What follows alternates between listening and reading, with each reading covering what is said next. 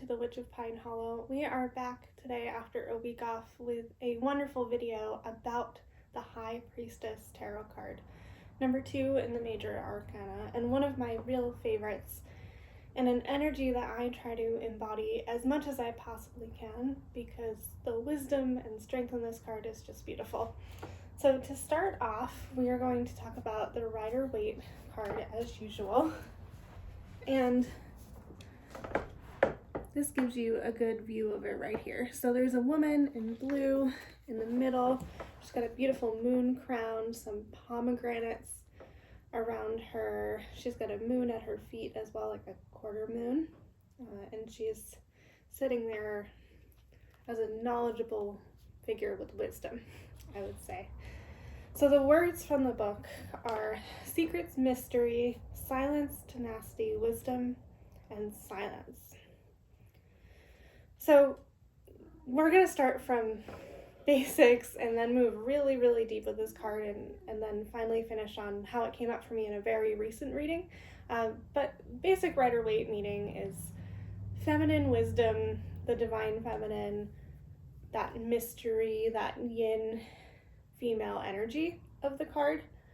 When I first learned about this card, I didn't really understand it, and I was just like, oh, spiritual woman things. But it's really about listening to that internal wisdom and then applying that in your life and helping others with it. That'd be my basic meaning. But yeah, not super in love with the Rider-Waite version. I still just have a really hard time connecting to that deck, but I think it's important to show you where it started before I show you where it's gone. Next up, I am going to delve into The Green Witch by Anne Mora, and the illustrations are by Kiri Leonard, one of my favorite artists. And here we have the High Priestess in this deck, and what a better, more modern, I would say, representation of what this could be, but in a fantasy way. You have the High Priestess, possibly of like a druid type. She's surrounded by these standing stones. We've got the moon again, and she's actually drawing down the moon into her cauldron for some spell work. So this card in the book, it talks about trusting intuition, psychic ability, and spiritual development. So she is working on her craft to then share it with others. I just think that that's a beautiful card. Next up for the High Priestess, I'm going to delve into the Everyday Witch Tarot by Deborah Blake, art by Elizabeth ALBA. And this card is really fun. We've got a witch surrounded by books of all kinds of knowledge and wisdom. She is seeking divinatory wisdom with her cards and her runes on the table. She has a cat, a crystal ball, and the 2 candles representing white and black, which actually it's kind of cool too. Look at these side by side, but you can see the white and the black as well in the other card here, and just different interpretations. So a couple quotes from this book: seek knowledge from within and without, and higher wisdom is available to all of us. So again, that thread of knowledge, wisdom, embrace your own power, inner wisdom and knowledge in and outside of yourself. So it's really about finding that power inside of you and bringing that outward. So now we're going to get to my favorite meaning and interpretation of this card from all of the decks that I have. And I really go back to this definition in this guidebook. Every time I pull the card, no matter what deck it's from, this is what really speaks to me. So this is Wildwood Tarot, Wherein Wisdom Resides by Mark Ryan and John Matthews, illustrated by Worthington. This was my first deck ever that was purchased for me, and I'm just in love with this meaning. It's probably because it's the first one that I experienced personally that it means so much to me. But here we have the Seer. It's the name of the card. She has Owl's Cloak of Wisdom on her shoulder. As we know, I love owls, so absolutely adore that there. She's got all kinds of different trinkets and stuff around her, and she's looking into a pool to see wisdom. But I want to read a little bit from the book here, and I took notes. A guide to the soul, catalyst for manifestation of creative and artistic work.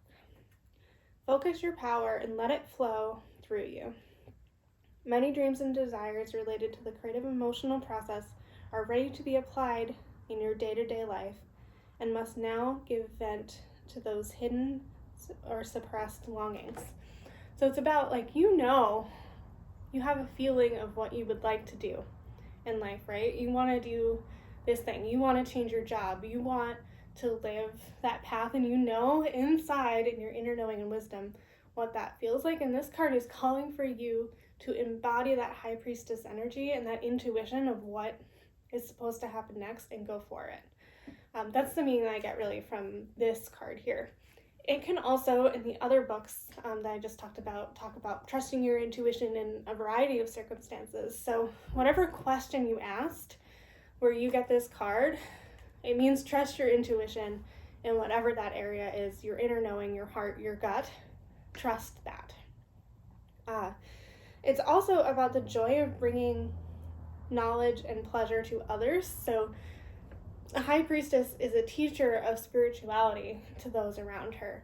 And I love that that brings that up here, because it's super important to share your own spiritual journey with others so that they can learn from where you've been. And then one more quote: manifestation of inner spiritual insights into your practice and physical daily life will bring profound rewards and results. So by being closer to that intuition on your insides and bringing that forth into the world, you will see much more positive results because you're being your authentic self.